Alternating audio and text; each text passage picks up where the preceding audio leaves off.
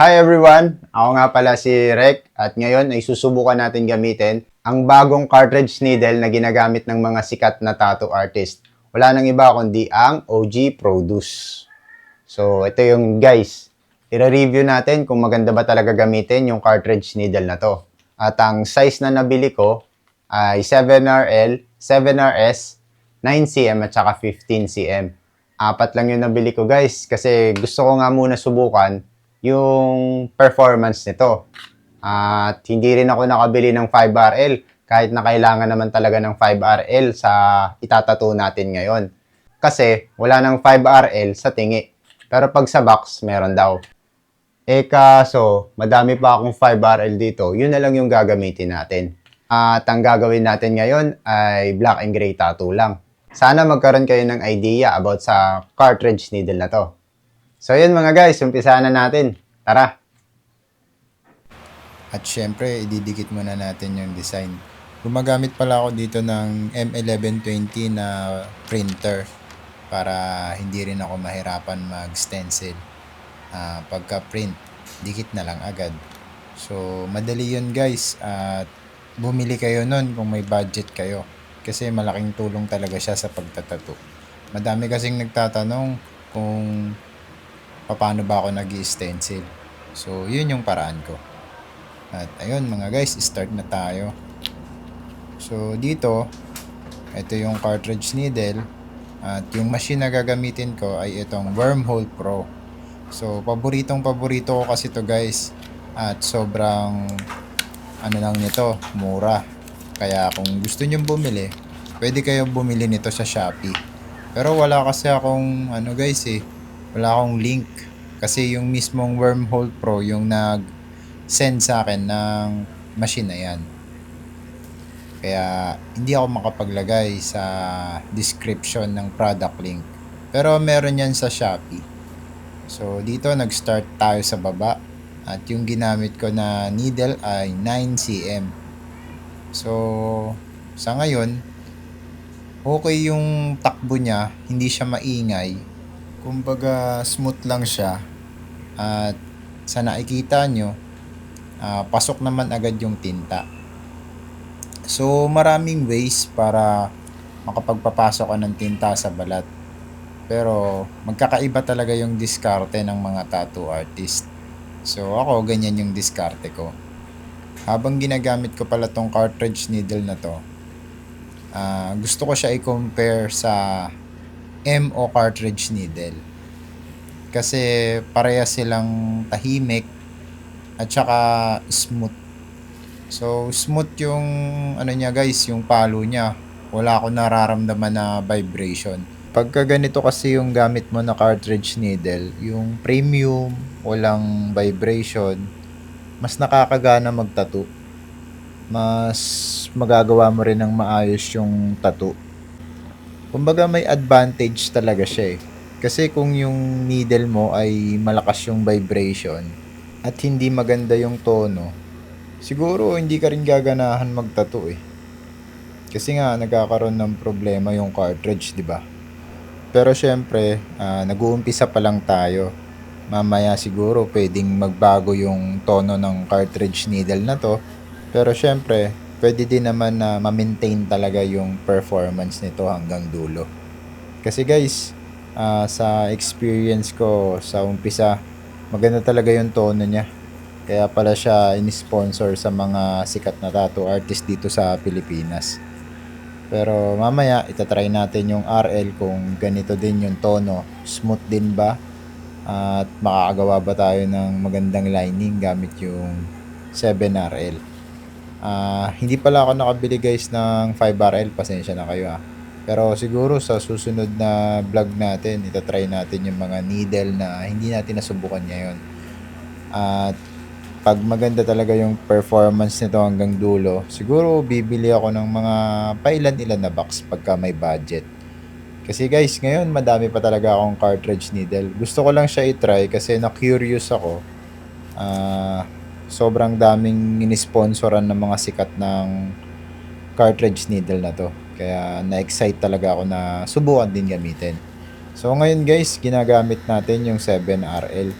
At ang napansin ko dito habang gamit ko siya, maihahalin tulad ko talaga siya sa MO. So yung palo halos parehas at wala rin siyang vibration guys, kaya ano talaga 'to, premium na cartridge needle na 'to. Mga guys, hindi ako sponsor ng OG Produce, gusto ko lang talaga subukan 'tong needle na 'to. Kasi, gusto ko rin makatulong sa mga gusto gumamit ng premium cartridge needle. Siya nga pala mas mura 'to ng konti kaysa sa MO. Kaya kung gusto niyo mag-avail ng ganitong klaseng cartridge needle, puwede kayong bumili guys. Sa Shopee meron naman ito, 'yan. So, sinubukan ko naman ngayon yung 7RS at sa nakikita niyo, solid agad yung shading natin gamit yung 7RS. Sayang nga, gusto ko sana 14RS yung gamitin ko pero wala silang stock. Kaya 7RS na lang yung pinili ko. Pero for me guys, goods na rin yung 7RS. Makakagawa na rin siya ng mga maliliit na details na shading. Kumbaga yung mga sobrang liliit talaga na detalye, pwede na rin talaga siya pang sungkit-sungkit dun. At hindi naman ako nahirapan kasi kalahati yung difference ng 14, 'di ba? At saka 7. So, sa adjustment kung papaano ko ba siya ginamit, halos same-same lang pero siyempre mas wide talaga yung 14RS. Kaya sayang talaga. Pero eto naman, 15 cm 'tong ginagamit natin ngayon guys. At yun, parehas na parehas talaga siya ng performance. Walang pagkakaiba yung ano, yung tono, pare-parehas, tahimik. Yung tahimik na sinasabi ko guys, kinukumpara ko siya sa mga cartridge needle na nasubukan ko na before. Yung ginagamit ko kasi dati guys, garalgal yung takbo. Parang galit na motor, ganun. Kahit nga magpapalit-palit pa ako ng machine, hindi pa rin nagbabago yung tono. Pero ito, smooth at maganda yung tono niya. Solid talaga siya pang tattoo. Habang ginagawa ko nga yung tattoo na to, binabago ko yung voltahe ko guys para ma-test talaga yung tono nito kung magbabago ba siya pagka tinaasan ko yung voltahe at pagka hininaan ko yung voltahe, hihina ba yung palo niya ng sobrang hina. Kumbaga mawawala siya sa tono, mga ganun. At ginawa ko na yun pero ganun pa rin yung tono niya guys. Sobrang consistent. Kaya for me, as of now, sobrang solid pa talaga ng nai-experience ko dito sa cartridge needle na 'to. Compare dun sa mga ni-review ko before, this is one of the best na cartridge needle na nasubukan ko. So, sa lahat ng na-try ko na cartridge needle, meron akong top 3 na cartridge needle na pinaka the best para sa akin. Emalia at MO, tapos etong OG Produce or Produce. So, yun yung tatlo na na pinaka the best para sa akin. At kung ira-rank ko naman kung sino yung number 1, ayoko muna magsabi sa ngayon kasi hindi pa ako tapos dito sa ginagawa ko guys eh. Nagkwentuhan muna tayo ng mga may experience ko pa habang tinatapos ko yung tattoo na to. So, yan. Balik tayo sa tatuan. Eto pala, ang ginamit ko pala dito na ink ay dynamic black. At sabi ng iba, hindi ganun ka-solid yung dynamic black. Ganito kasi yun guys. Kasi kung hindi ganun ka light yung skin ng tinatatuan mo, hindi talaga magso-solid black yung kulay ng ink. Pero kung sobrang puti talaga ng tinatatuan mo, talagang kahit dynamic black lang yung gamitin mo, sobrang solid na nun. May difference ng konting-konti lang pero hindi ko talaga siya ma-consider na big difference kasi nga halos hindi mo makita yung diferensya niya pagka tinignan mo na yung pagkakaiba ng ng mga ibang ink na premium daw sa dynamic block. Kahit nga yung triple block guys halos wala talagang pinagkaiba. So, nakadepende yan sa kulay ng balat na tatatuan mo. Eto pa pala mga guys, meron ako sa inyong tip. Huwag kayong magtaka kung hindi nyo nagagawa yung itinatunan ng iba. Kumbaga, hindi parehas na parehas. Kumbaga, yung idol nyo, sobrang tingkad ng itinato niya. At yung ginawa nyo, hindi ganun katingkad. Kumbaga, hindi siya buhay na buhay katulad ng ginawa ng idol nyo. Maraming dahilan guys siguro, hindi kayo parehas ng style ng pagtatato. Pangalawa, yung canvas nyo magkaiba. Pwedeng sobrang puti ng sa idol nyo, sa inyo, hindi masyadong maputi. Kaya malaki yung pagkakaiba nun pagka pinicturean na. Tapos, may mga materyales siguro siya na wala ka katulad ng CPL, mga ganyan. So, yun yung mga bagay na dahilan kung bakit hindi ganun ka plakado yung itinatato nyo.